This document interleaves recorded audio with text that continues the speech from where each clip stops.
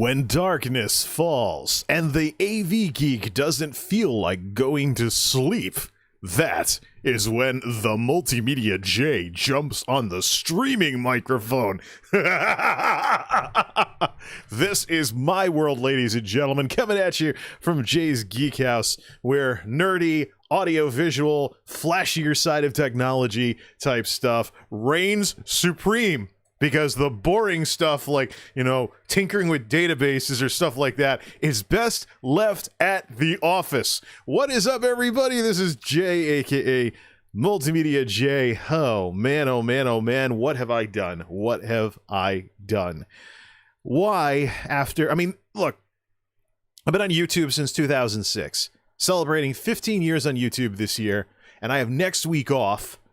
So next week, little vacation I managed to sneak in and schedule, thank goodness, because the week after is Martin Luther King Day, so there's going to be some holiday wackiness then, and then we have inventory the week afterwards, which will be even wilder. So I figure if I'm going to take a break from all the running around I've done in the run-up to Christmas and the holiday humbug season and everything, I see if I can sneak it in next week. Now, part of that is going to be figuring out how I'm going to get out of this mess that I've created for myself as a YouTuber.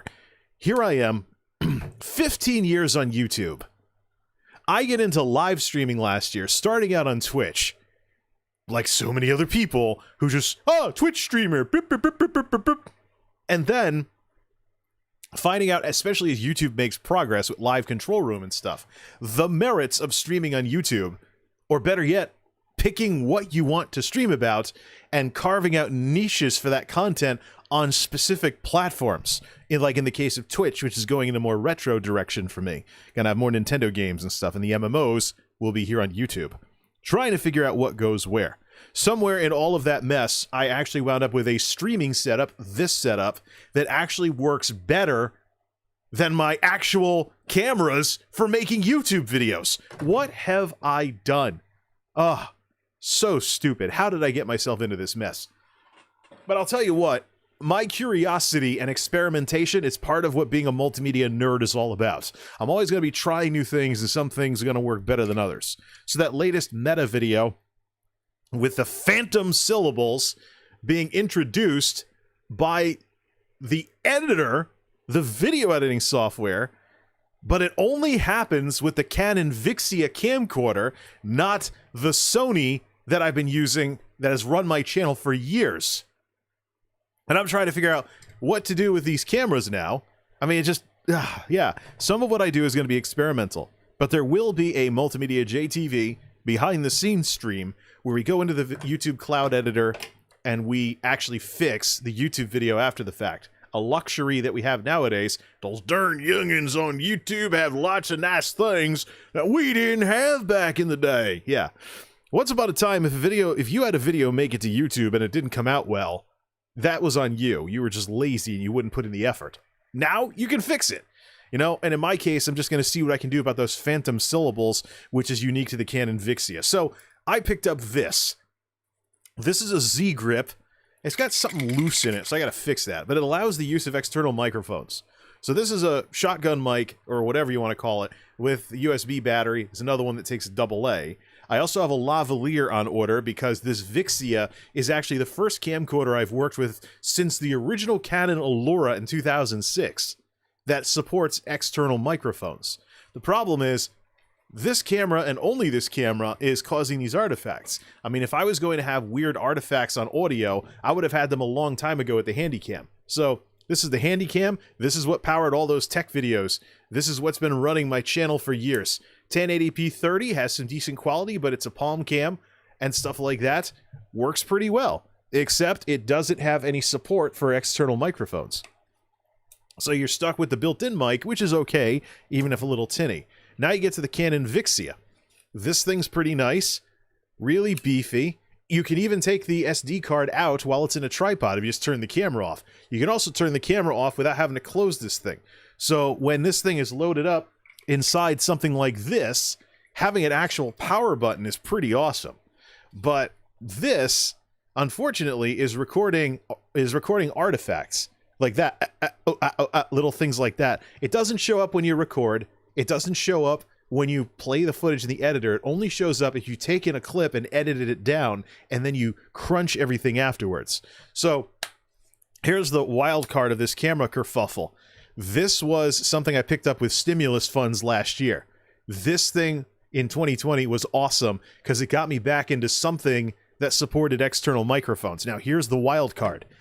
B&H Photo Video, based out of New York, where I get a lot of my camera equipment from, has a Sony Handycam that has the exact same features as this Vixia.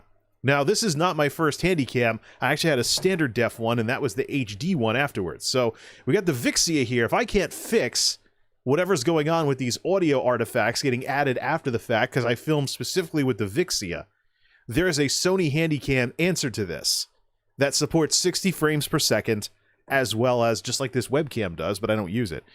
It supports 60 frames per second, and it supports external microphones. That would allow me to use the shotgun mics, the lavalier that I have on order, and other stuff like that, to try and get more options for sound and experiment with trying in some way, shape, or form to catch up my YouTube recording setup for videos with what I have for streaming without having to do a whole bunch of extra stuff in post.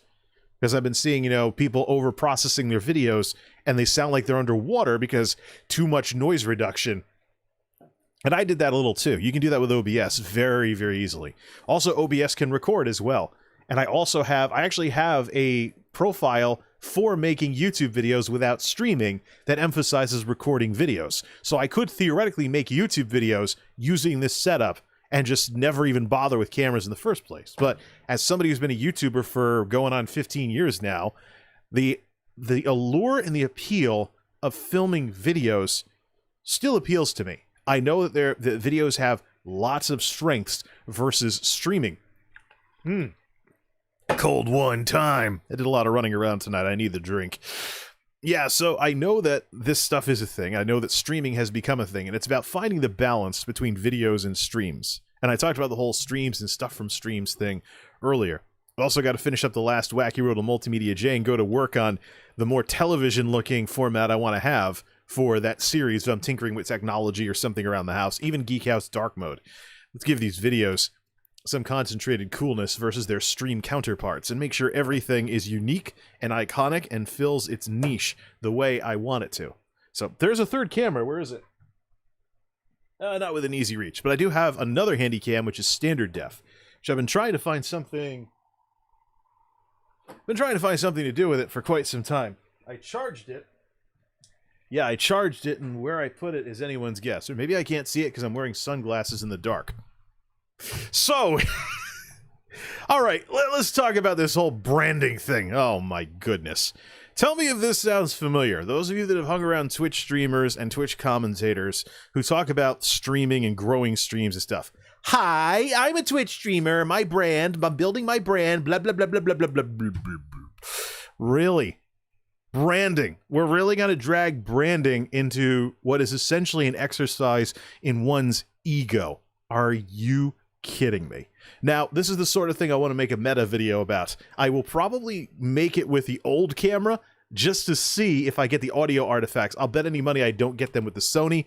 I do get them with the Canon. I gotta look at the settings on this. Maybe see if I can record a different format or something. We'll do an experiment with that at some point later on. Plenty of stuff to tinker with tech-wise. Just gotta get around to it.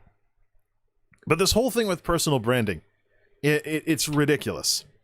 I think a lot of the people that talk about building your brand, building my brand, blah, blah, blah, blah, blah.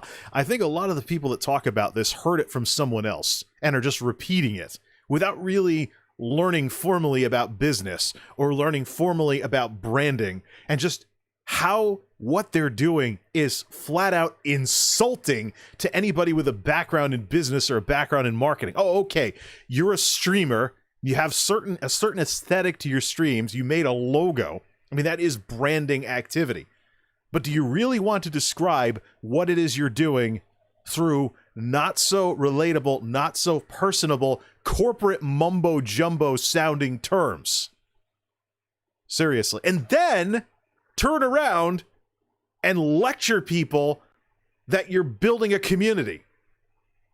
That somehow there is some human connection to you, appropriating for yourself words that are blabbered all over the place in corporate America when people want to make themselves sound like they're doing something and pump themselves up and toot their horn, so to speak.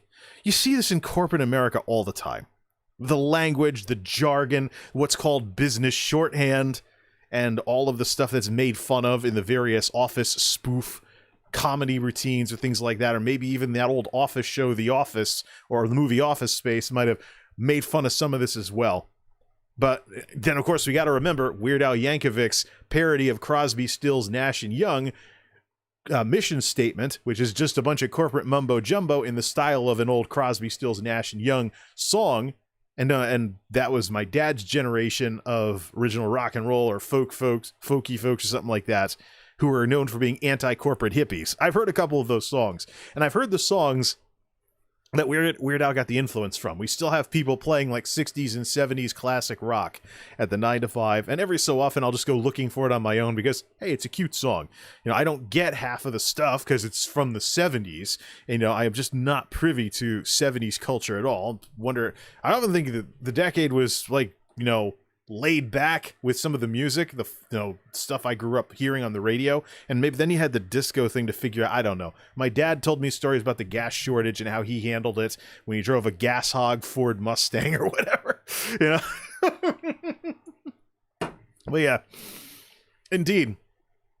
But this whole thing that people are saying, you know, it's a sensitive issue that was talked about last year. Cultural appropriation. This idea that if you can't relate to like a culture or an ethnic group, whatever, don't just claim stuff for yourself. There is no fake it till you make it with something that you have no chance of being able to understand because you weren't there or whatever.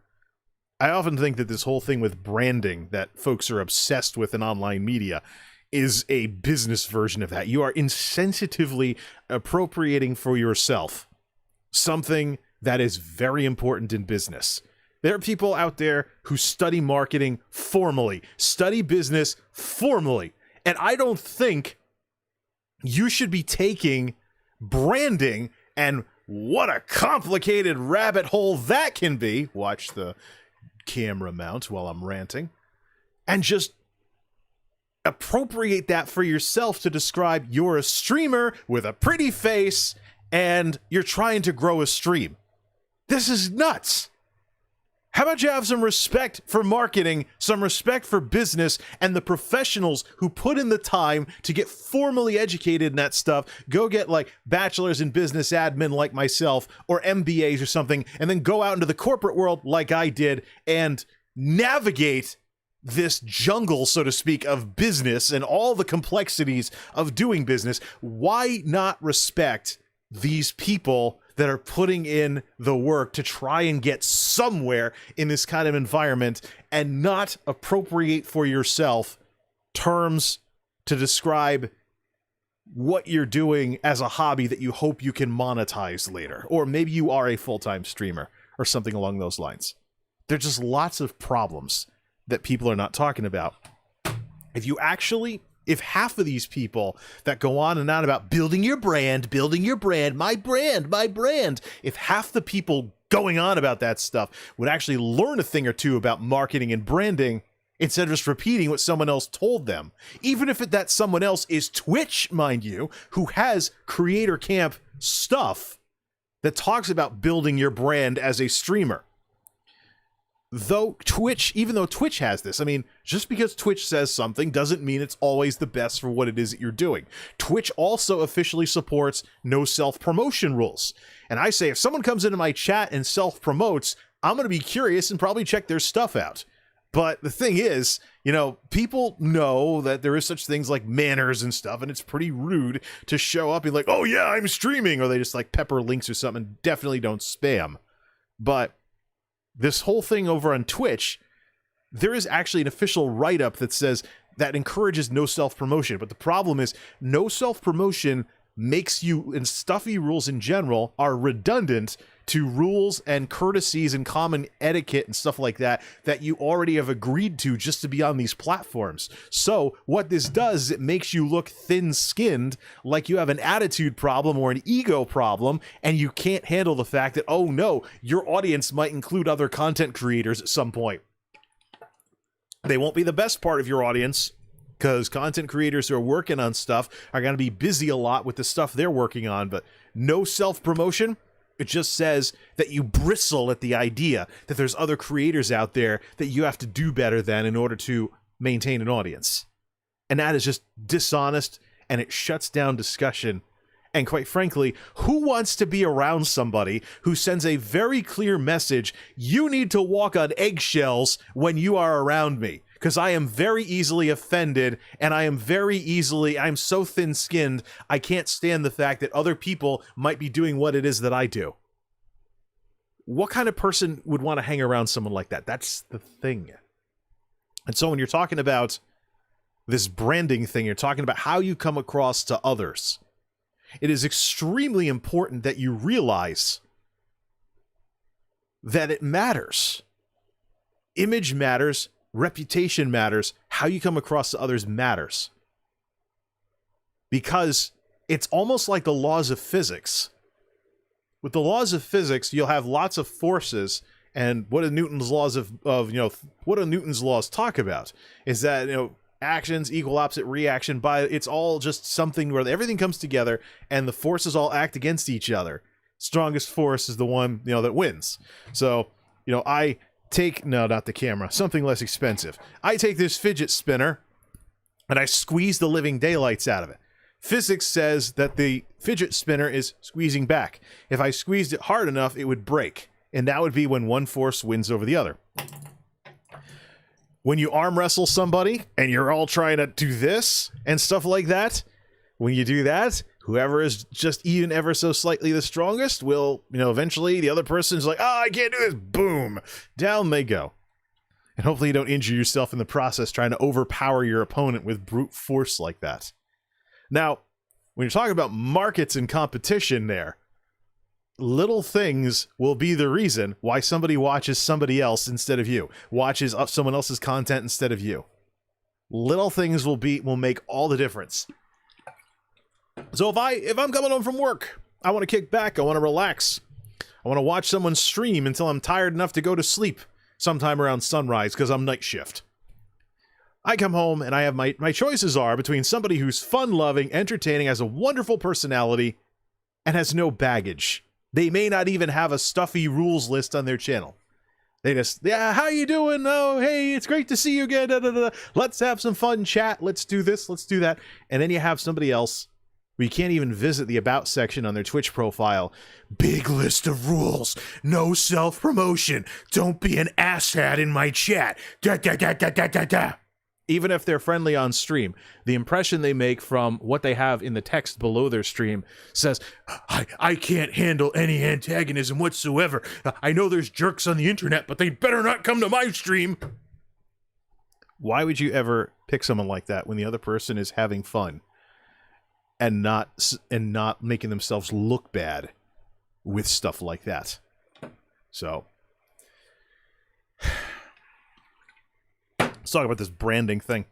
I actually have some slides, too, that we can also add some things to. But, do I really want to do any PowerPoint tonight? Here's the thing. We might as well just talk about it kind of informally, kind of like this, and then call it a morning here. So, if you know about...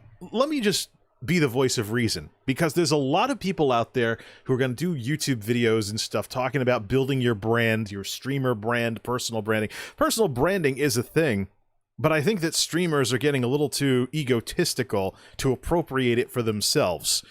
And a lot of times, if you do some digging, you find out these people read just enough business books, or watch just enough YouTube videos, or or in some way learn just enough to go around bragging about it. This is what I call the cage stage with a lot of things. There's a certain situation where you learn something new and you want to go tell the world, but you really shouldn't until you know more about it. It's like in business, when you turn your first profit, the classic business mistake is to go on a shopping spree.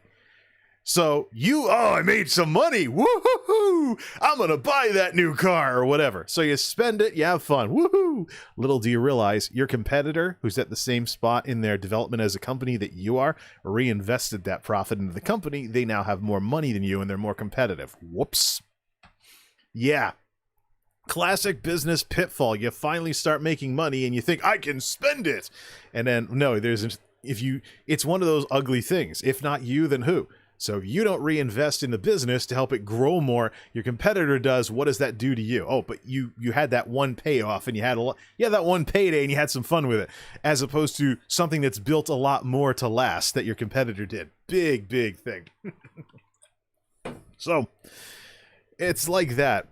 When you learn something new, you should allow it some time to get settled in and get used to it. Don't go blurting it out to everybody. Don't go making a bazillion YouTube videos or a bunch of preachy posts on Instagram. Actually get used to knowing that stuff first so you don't make yourself look stupid. Because as someone formally educated in business in a lot of different disciplines, law, accounting, things like that, we had to do a little of everything to get that darn degree. And as someone who's been in corporate America for quite some time and knows there's ways you act, ways you don't. Matter of fact, HR ordered up harassment courses for everybody in my building tonight, little refresher things. And I did really well on the quizzes as part of the online click show thingy here. Whatever you call the learning modules or whatever these days to teach you stuff. It was like a 2 frame per second animation with like pictures. It reminded me of the old 3DO game, Plumbers Don't Wear Ties. But that's beside the point. Anyways, yeah, so as someone who knows about this, I respect marketing and branding enough to not go around trying to make myself look all puffed up by going around blabbering about building a brand. Some of these people who say this kind of stuff probably say that I am building a brand with the color blue, the picture, the J. I even have a MultimediaJay logo with J against blue gradients. And they'll point out all of these stylistic elements that I happen to personally like and say I'm building a brand off of that. They'll say that the titles of my shows are building a brand, and maybe they're correct, but it's not the best way for me to approach things. Because branding has its ups and downs. Lots of people are going to tell you all the things they brag about. Let me just say before I go any further in this discussion, corporate America and bureaucracy in general has this nasty habit of trying to make things sound, basically being a peacock, trying to put on a show and make things sound greater than they actually are. And I'm not just talking about sales. I'm not just talking about sales stuff. I'm talking about this is our initiatives for the quarter and other jargon like that. And how about, here's one of my long-running grievances with corporate America. You have something you need to fix in a business or at a field site or something, and you make this bureaucratic formal committee to address something that should be common sense. I swear, the number of safety committees and culture committees and communication committees I've seen over the years, when in reality, yeah, you should be safe. You should communicate and you should have a positive work culture. Why does it take a formal bureaucratic program to have something maybe in a business that you should have had all along? It's one of those things that I've just been shaking my head at for 15 years minimum. So, yeah, I'm a little on the old side, so why not here? Yeah, bureaucrats, sheesh, trying to make themselves look like, oh, look at me, I made this initiative that blah, blah, blah, did all these wonderful things and raised blah, blah metric by 1/4 of a basis point or whatever. Corporate crap. Ladies and gentlemen, give it up. Give it up for corporate crap. It gives us something to laugh at least, and some of us could use a good laugh. Whatever. So, here's the thing. Knowing that a lot of times there's jargon and other crap that's tacked on to sometimes mundane stuff. Synergy, woo! Knowing that there's this kind of stuff floating around out there, it's not unreasonable to expect people to try and puff themselves up by talking about building a brand, when in reality, if they ever did do some digging into what it means to build a brand, it is very serious stuff. Let's talk about the uglier side of all this brand stuff. So you want to talk about, I'm building my brand, blah, blah, blah. You want to talk about that kind of stuff as somebody who's streaming on Twitch or whatever. Okay, you want to do that, right? So, do you realize that a brand is not automatically a strength? Brands have their ups and downs just like we as people do. And I will distinguish between brands and people because brands apply to things like products and services. There is personal branding, but if you do some digging, you find irony in the very application of the term very, very quickly. We'll get to that at some point. But here's the thing. Brands have their ups and downs. Brands can suffer damage, sometimes irreparable damage, and have to be retired. Brands can also perform too well, and their overperformance creates problems for the people who own the brand. So let's talk about brand damage. See, the big thing about this personal branding thing is I don't talk about a personal brand when I don't even talk about building my brand or anything, because I think there's a more accurate term out there that describes what it is I'm doing. I mean, do I walk around with blue shirts and sunglasses everywhere I go? No, of course not. However, I want, for the sake of consistency and some style, something I often don't have. I have no sense of style whatsoever half the darn time. I talk about it as building a persona. Let's actually go to Merriam-Webster here. An individual, see here, a character assumed by an author in a written work. An individual's social facade or front that's especially the analytic psychology of, Jungian psychology. Ooh, interesting. So, the personality of the person, such as an actor or a politician, projects in public, or your image. Things along those lines. It's the part of your personality that you show others. Literally, this is a term that describes what every YouTuber in existence is doing, no matter what. Whether they're trying to build a persona, act out a fictional character, or just be themselves. You always make the decision as a creator what you want to put on camera. What do you want to have as part of your show? What do you want to have in your videos? What do you want to have in your streams? Now, there may be some part of your personality that you really don't care to have on camera. You may want to keep that private. And the same thing, too, with people's relationships with others. If I disagree with somebody politically, but I have to work with them, I don't want to talk about politics in the workplace because what I'm there to do is work. You know, if we end up at some political rally and we're on opposing sides of some protest or something, whoop-de-doo, that's on our own time. But when we're supposed to get things done and have a business perform well, what matters is the performance of the business. It's part of what happens when you join a team or some other collective entity of any sort. You're joining something that's bigger than yourself, so it's not always going to be about you. Because together, you get more done than you could have done on your own. Human civilization was practically built on that. I can tell you right now, I'm not running the electricity out of the power plant that's powering this house. I didn't build the computer, I didn't make the TV or anything, I'm just doing this with a camera that someone else built, microphone that someone else built, boom stand that someone else built. I got a Christmas tree in the background that someone else built. I just knocked over that thing I didn't want to knock over that someone else built. So it's these contributions by the people around us and these constant reminders that it's not always about us that makes us able to even be successful, be entertaining, be what we are in the first place. So with all of this in mind, darn it, wish I could rewind the stream, see where how I got that thing from. So with the whole building a brand, building a persona thing, you always have to, the whole building a persona thing, it's about, what do you want to include in what it is that you're doing? And, maybe some people don't want to know that you have some weird obsession that would make them, or something like that. But the way people handle their relationships with others is pretty much along the same lines. There's some things you don't bring up to others if you don't want to tick them off. So if grandma hates that you really like bowling on Thursday nights, you don't want to upset grandma by talking about how you went bowling with your buddies on a Thursday. It's just part of being courteous and trying to get along with others if you have to work with people you may not otherwise agree with. So, or you may not agree with at all. So, it's just part of getting things done. Nice and simple. And the whole idea of a persona, the part of your personality that others see, applies whether you're making YouTube videos, streaming, hamming things up, telling bad jokes to entertain guests at a party, odds are you're probably not like what you're portraying, but it's entertaining as heck and people like you for it. So that's why you do it. You want to make people happy. You want to make people laugh. You want to inform people, enlighten people, entertain them. You set out to do that, and there you are doing your thing.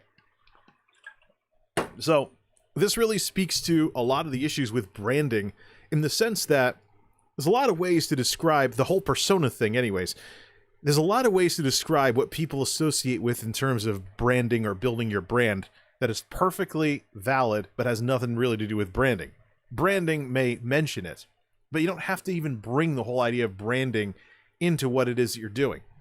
Especially if you are involved on something like Twitch and you talk about building a community, which I would call an audience or a fan base, more accurate and more detailed terms to describe the difference between the people just watching you and the people who like you and support you.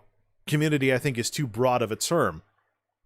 So, if you actually look at what it means dictionary-wise, it is closer to audience anyway, so you might as well just say audience. So, that's part of the issue here. Now, when people talk about building a brand, they're talking about essentially a personal brand, something that reflects on them and something that is very much tied to them, which if you understand branding is something you don't want. Let's take this logic to its ultimate conclusion here, which will be ugly to some people who go around preaching this stuff. So, you want to build a brand, right? Your personal brand. Okay, what if things go in the other direction? There is such thing as brand damage. Brands can be damaged, sometimes irreparably damaged, to the point where they have to be retired.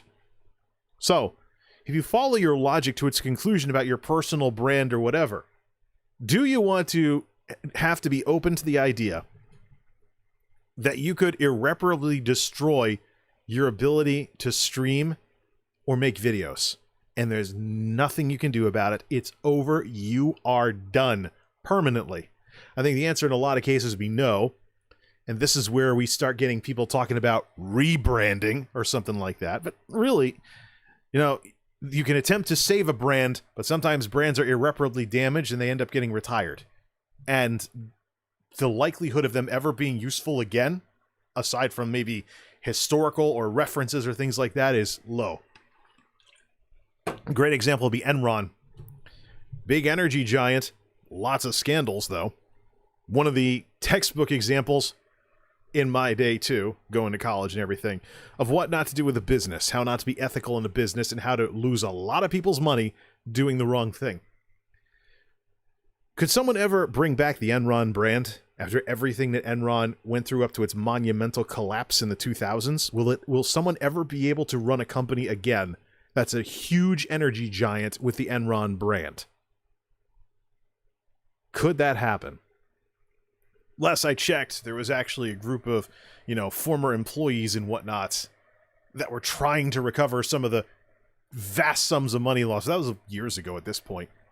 So yeah, brands, they can be irreparably damaged. So if you want to talk about having a personal brand as a streamer or as a YouTuber or whatever, you have to be open to the idea that you can completely ruin yourself. Now, you can completely ruin yourself, but what do human beings get to do that brands don't, because we're human beings and not a product or a service? We get to learn from our mistakes and do better. I can completely destroy my YouTube channel. Nobody ever wants to watch me again. I come out and I apologize and I try to do things differently. That's something that I as a human being can do.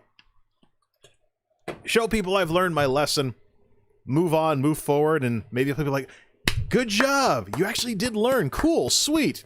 But brands don't have a human face to them. It's the sort of thing where you're identifying products and services in ways to uniquely stand out from your competition. The term itself goes back to livestock branding. Farmers not wanting to get their cows mixed up and stuff like that. So, it's just this thing where, this ultimate irony, where all this talk about building a brand, then you turn around and talk about building a community. So, okay, you've got something that doesn't jive well with the whole idea of the human side of what it is that you're doing, putting a human face on what it is that you're doing. But then, the human face is back because you're talking about building a community. How do you resolve that? So, that's the thing. Lastly, though, when it comes to all this branding stuff. Okay, so yeah, that's the downsides of it. So your brand can do pretty badly. And if you really believe this personal brand stuff, you have to believe that you would be finished if that ever happened, instead of being able to turn things around and show society that you actually learned your lesson, which is something we as people actually get to do, in case you forgot. So that's the bad side of it. Now let's talk about the bad side of the brand stuff when it does too well. This was called a master brand situation when I was in college, but the term master brand means something different nowadays. You see stuff like master brand being used to apply to an overarching brand, and then you have other brands in the portfolio underneath. So it's all part of branding and how branding works and stuff. The idea, though, that I was introduced to back in college was the idea that your brand does so well that consumers erroneously associate every product that other people make under your brand's identity. Now, there are two companies out there that fit this description exceptionally well: Kleenex and Q-tips. The one that I am the most familiar with, there's two brands, I should say. There are people out there who will say, well, no, Coca-Cola has this problem too. There's people out there that will ask for a Kleenex instead of a tissue when they have to blow their nose. Maybe not so much in the pandemic, but under more normal circumstances. People ask, oh, can I have a Kleenex? Instead of, Kleenex is a brand of tissues. Not all tissues are Kleenex. Or how about in the South, where there are some people that are so into Coca-Cola that they talk about all soda as Coke. All soda is Coke, even if it's not Coca-Cola. How about somebody in the South who accidentally refers to Pepsi as Coke? Whoa, don't go there, Jay. Okay. Then again, yeah, brand's too strong. And the big one for me is Q-tips, though. Q-tips is the big one. Oh, man, I've spent so many years calling these things Q-tips, even if they weren't Q-tips. And over on the Q-tips website, qtips.com. Q-tips is a registered trademark of Unilever, who owns the brand nowadays, and is not a name for just any cotton swabs. The Q-tips trademark can only be used to refer to the specific cotton swab products manufactured and sold by Unilever, and should not be used to refer to cotton swab products of other companies or to cotton swabs generally. Appropriate generic terminology for cotton swabs includes the terms cotton, sticks, and swabs. Misuse of the Q-tips trademark constitutes an infringement of Unilever's exclusive rights in the mark. Yep. I actually grew up calling cotton swabs Q-tips because Q-tips were the ones I was introduced to first. So that's a situation where a brand is too powerful. And you've done too good of a job that people are associating your competitors' products with your brand and buying other stuff and calling it your brand because your brand is now synonymous with the product itself. So, don't know if that's happened with any individual streamer. But when people too closely associate streaming with Twitch, or they call it Twitch streaming even when it's not, like I'm streaming on YouTube right now, that's part of this problem. Brands can do too poorly, and brands can do too well, both of which cut into what brands are supposed to do in the first place. Identify your product or service, differentiate you from the competition, and build loyalty among customers and other stuff like that. Now, you can practically make it a hobby just reading about branding in general, from all the journals, articles, folks trying to sell stuff, marketing resources that are available out there, academics, sources, and otherwise. You can spend all kinds of time reading about branding. And the minute you do, you start putting in the work, you start to realize these streamers that are just going on, oh, my brand, they're appropriating for themselves just enough knowledge of branding to go bragging about it, but really, where's the respect for the industry? Where's the respect for people that work in marketing? Where's the respect for people that work in advertising? When you're so quick to just take something for yourself, and all you're doing is describing the fact that you have a somewhat consistent aesthetic, because you have smart lights that are always set to the same color like this, or something along those lines, or maybe even your personality. And this really gets to the final point we can make about this brand stuff, just like we talked about with personas earlier. There are terms that people use, that you can use branding language for, but it may not be the most accurate or best language to use, and you have more than enough opportunities to describe whatever it is that you're doing without having to talk about branding at all. So what kind of things are associated with brands? Graphics, look and feel, things along those lines. I'm actually looking at Investopedia, brand identity, as a starting point for all of this. Names, logos, colors, shapes, visuals, language in its advertising, even little details like fonts and stuff. That's all cosmetic. That's all stylistic stuff. In my case, I like the color blue. Blue's my favorite color. And this blue into purple that I've been trying to do with Geek House Dark Mode is based on a background from Kubuntu Linux from a couple of years ago that I really liked. You may have seen it in some of the YouTube videos about Geek House Dark Mode. There's this blue into purple background from a Kubuntu release that I really liked. And so this isn't Twitch or anything. It just looks purple in the YouTube videos because I'm using a white light to light myself, and it's bleeding into the blue and adding the other primary colors to kind of turn it purple because there's no red otherwise. So it turns things a little bit purple, or maybe the camera's white balance wrong.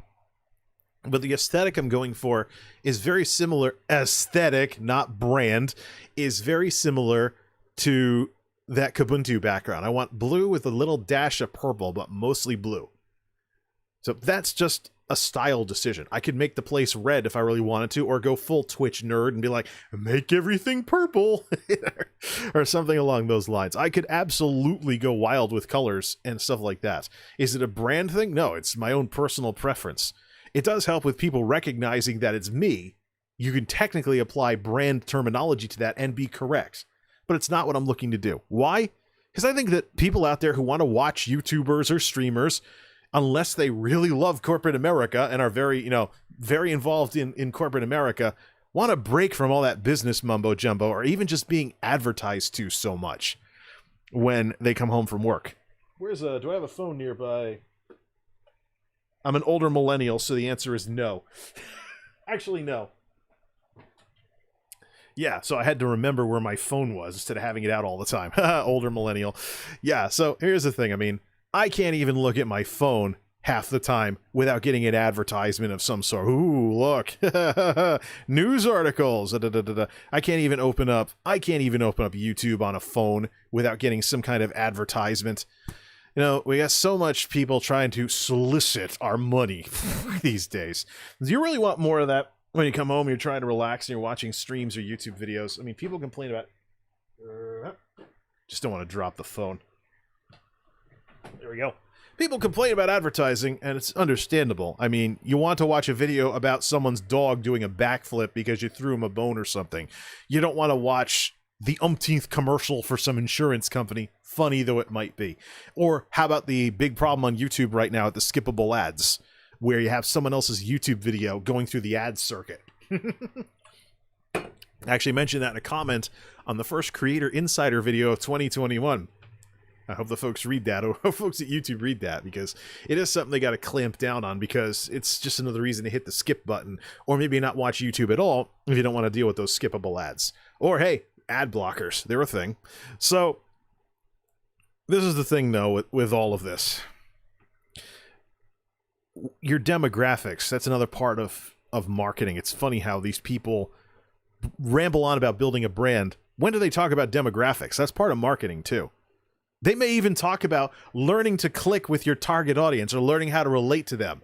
They may talk about demographics or meeting felt needs or unmet market demand, if you want to call it that, without saying those terms, because they've only learned just enough marketing to be like, my brand, and they don't talk demographics at all. So come on, stop trying to fake it till you make it. Learn business for real instead of just enough to brag about on YouTube or Twitch. So you go to all that trouble and things like that, and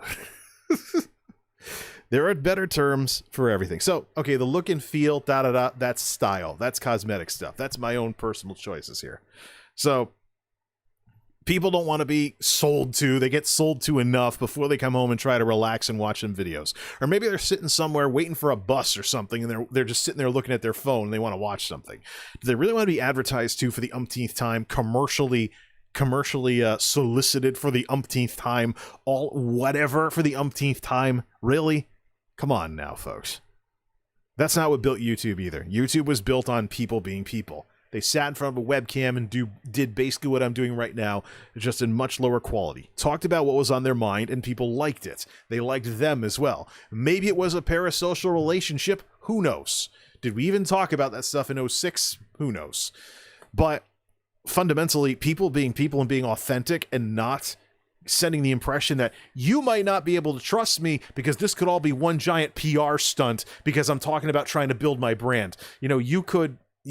You could actually believe that, no, someone was at least trying to be personable on the other side of the darn screen. Not so much nowadays. Today, it's about building your brand, blah, blah, blah, parasocial relationships, meta-ing the living daylights out of the simple act of just turning on the camera, talking, entertaining people, informing people, and having a good time. Why are we trying to complicate the living daylights out of something like this? You're technically correct to use branding terms, but is it the best terms to be using when you want to have a more human face on what you're doing and, make people's lives better because it's about them and not necessarily about you? Think about it. So, okay, my brand. Really? What I'm doing is building a persona, which quite frankly, my boring old self wouldn't be entertaining. And I don't want to totally act because I can go to a theater to act. So somewhere in the middle. And many people on YouTube over the years have built personas, they just haven't called them that. Where there was some element of themselves involved in what they were doing, but they weren't completely acting. It was somewhere between acting out a fictional character and just being their boring old self. Nothing unusual on YouTube. Nothing unusual in online media, quite frankly.